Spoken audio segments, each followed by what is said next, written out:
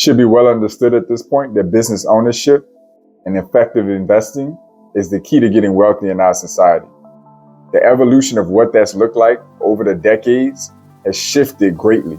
What it looks like to be a business owner 10, 20, 30, 40 years ago, what it looks like to invest 20, 30, 40, 50 years ago, looks notably different than it does in today's modern society. Our psychology has shifted. We put a premium on our time. We want shorter work weeks. We want to work from home. We want more faster hands-off technology. The evolution of AI tells us exactly what we need to know about our psychology, about what our priorities are when it comes to making money and functioning in our day-to-day lives. We want more time. We want to be able to focus more on what we want to do. It's just a hallmark of where our society has shifted and grown from, which is a positive thing for the larger part. That having been said, the marketplace has picked up on this psychological shift, and you're starting to see more and more turnkey opportunities being promoted in the marketplace, whether for business ownership or investing. We're going to cover two prominent examples of turnkey marketed opportunities for business or investing. And we're going to talk a little bit about the over-promising and under-delivering of the turnkey model, how you need to approach it, how do you need to take in these business opportunities and investments to make sure that you get the max out of them and that you're not oversold and sold short. So we're going to cover this in two different segments. Going to help this make sense for you so you can be more effective going forward in your decision making. This is JP from Blueprint for Prosperity. We're going to jump right into it. So our two examples are going to be turnkey rentals, real estate, and vending machines. These are two business/investment opportunities that are almost always marketed as turnkey, or at least more popularly marketed as turnkey opportunities. Starting with the rental real estate aspect of it, there are dozens of turnkey real estate companies that have emerged in the last 8 to 10 years or so. These companies provide not only the sale of rental properties, but often attached with that is property management abilities, software tools and technologies, sometimes maintenancing staff and connections, and even the acquisition of tenants for those properties. Now, every single one of these companies are different. They're in different markets. They have little, niche differences about what they're offering. But generally speaking, the concept is that you come to the table with the money and the financing necessary to take down those properties. And what happens is they have those properties either built from scratch or well renovated, brand new appliances, everything pretty much polished and ready to go. Tenants placed in, and then property management to oversee those tenants, with the idea in mind that you have to do little to no work for this to continue to operate and to turn profit for you. That's the idea. The other side of the equation is the vending business. Vending machines, if you aren't familiar, are very popular business models for small business owners. The vast majority, and I'm talking 80 to 90+% of vending machines out there are privately owned by everyday individual owner operators. And if you look under franchise opportunities, vending machines is one of the most popular and cost-effective and oftentimes lowest financial barrier to entry opportunities out there when it comes to franchise/business opportunities. Both, yet again, touted as turnkey. Where's the flaw in this?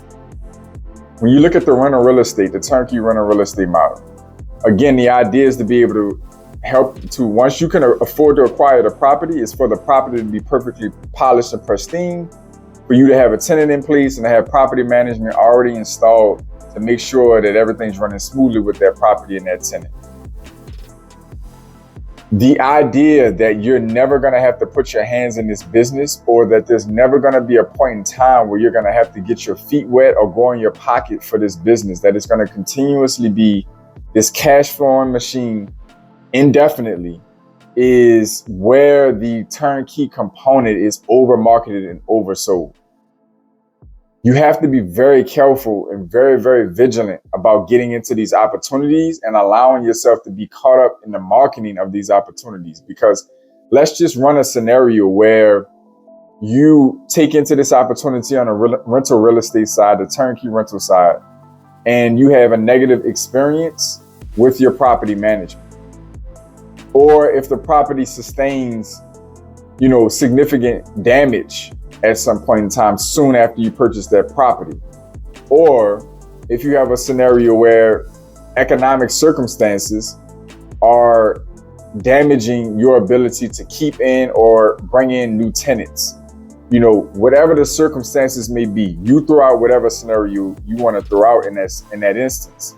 But what I'm getting to is, if you aren't careful about the marketing that these companies put out, because again, marketing is about tapping into your pinging point, finding that vulnerability or that need in your psychology, in your life. They're trying to find that soft spot for you and press on it to get you to make an emotional decision to buy into an opportunity. Turnkey rentals, rental real estate is a phenomenal and time-tested investment opportunity / business opportunity. So it's not a scenario where I'm just deterring the idea of investing in rental real estate by any means, nor am I deterring the concept of turnkey rentals, because they are likely putting together a lot more infrastructure in place for you than if you went out and bought a rental yourself and had to take on that all by yourself. What I'm getting at in this video is more, you have to be very cautious about how dependent you are on what's being marketed to you and the infrastructure that these companies are putting in place. Once your money is involved, once you're financially tied to this asset, this business, then if you don't have your head on straight, if you don't have a strategy in place to make sure that you're ready to engage the challenges, pitfalls, curveballs that can come with this opportunity, you could financially ruin yourself all off of really, really impressive marketing schemes. Same thing goes with the vending business opportunity that I brought up. The vending business opportunity is often marketed as an almost turnkey business opportunity. But what happens when you need to deal with a what we'll call a inventory issue, right? Let's just say you have a scenario where you are experimenting with inventory on your vending machines, and the local, population, wherever that vending machine is that you're trying to get to buy your product, is not entertaining your inventory. What happens if you need to go out of town for a stretch of time and that vending machine needs to be turned over? The list goes on. What if you have mechanical issues with that vending machine? Now, some of these challenges are common enough where there's solutions already in place. What I'm getting at, again, is your psychology going into these opportunities. Are you prepared for the curveballs, the pitfalls, or the shortcomings of these opportunities when you get into them? And I'm challenging many of you, because I meet so many different individuals who are looking to get into business or getting into business or have gotten into businesses that have been well marketed to them. And they get into it, their money's tied up into it, and they find out that it is not the turnkey business opportunity that they were marketed. I ran into a couple business owners a couple weeks ago who were looking to establish a new business bank account and look into lending opportunities with their new ATM business. ATMs are other businesses that are often touted as turnkey, and they're also businesses that are about 90% independent owner operators as well. They're not many of them are by really large corporate, entities. Most ATMs are managed, ran, owned, operated by everyday independent operators.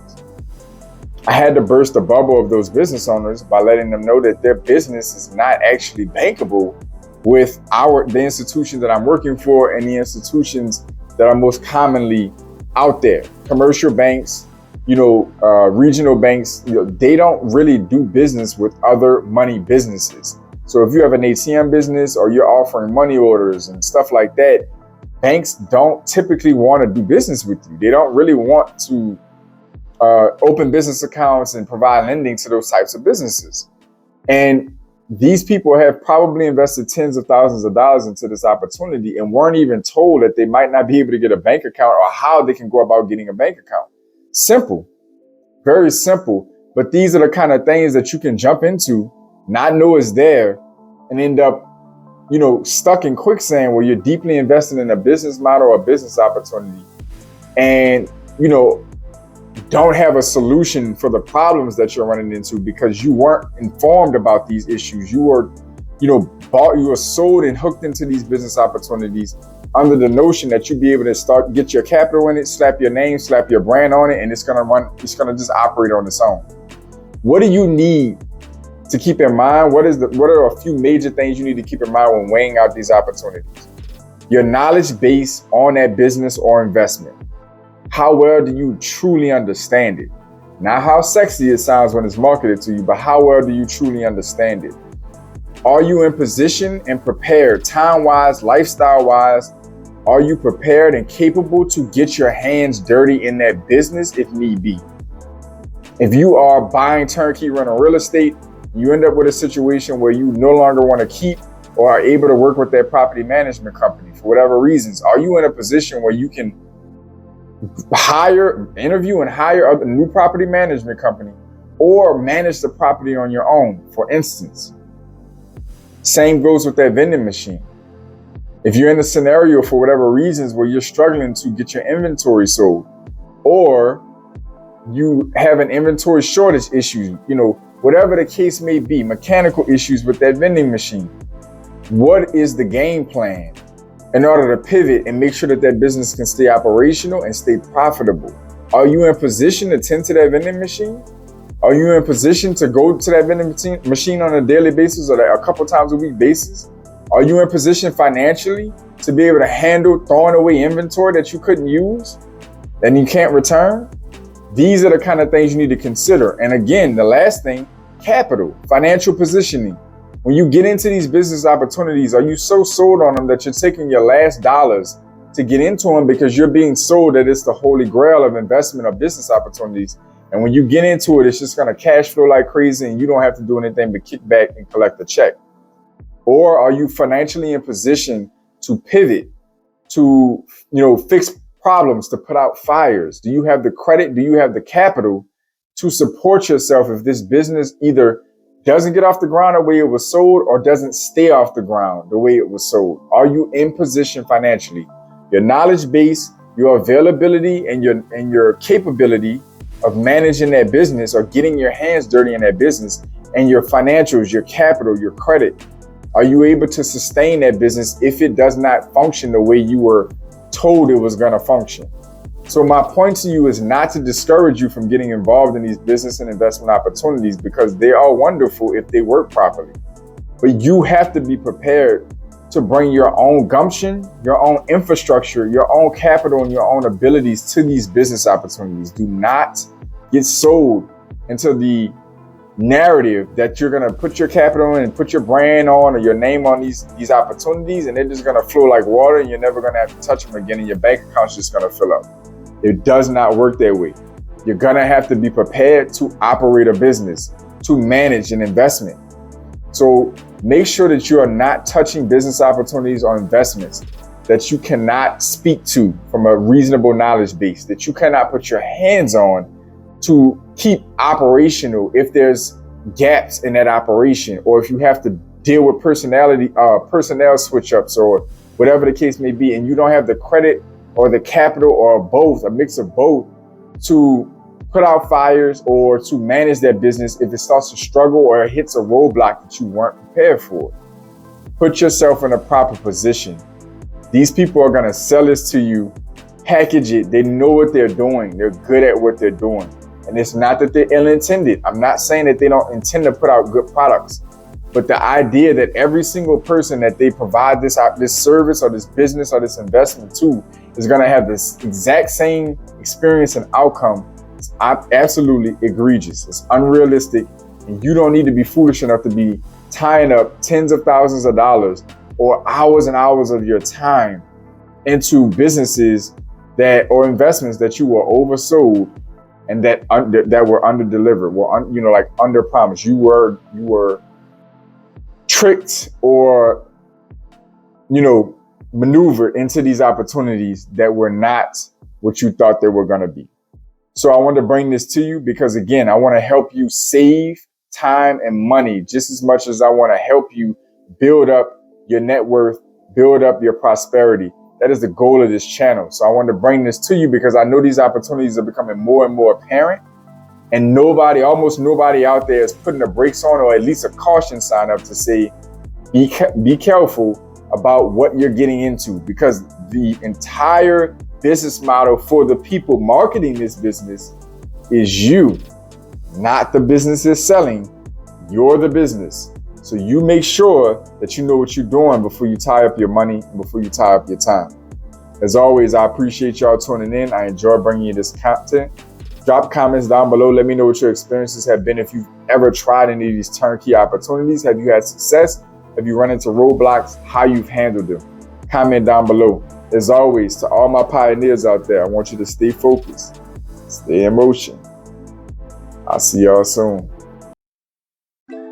This is JP from Blueprint for Prosperity Network, a channel dedicated to helping you increase your net worth through relationship banking, maximizing your borrowing capacity, the proper use of life insurance, and the ownership of real estate. Like the video, subscribe to the channel. I'm uploading content on a daily basis to help you customize your blueprint for prosperity.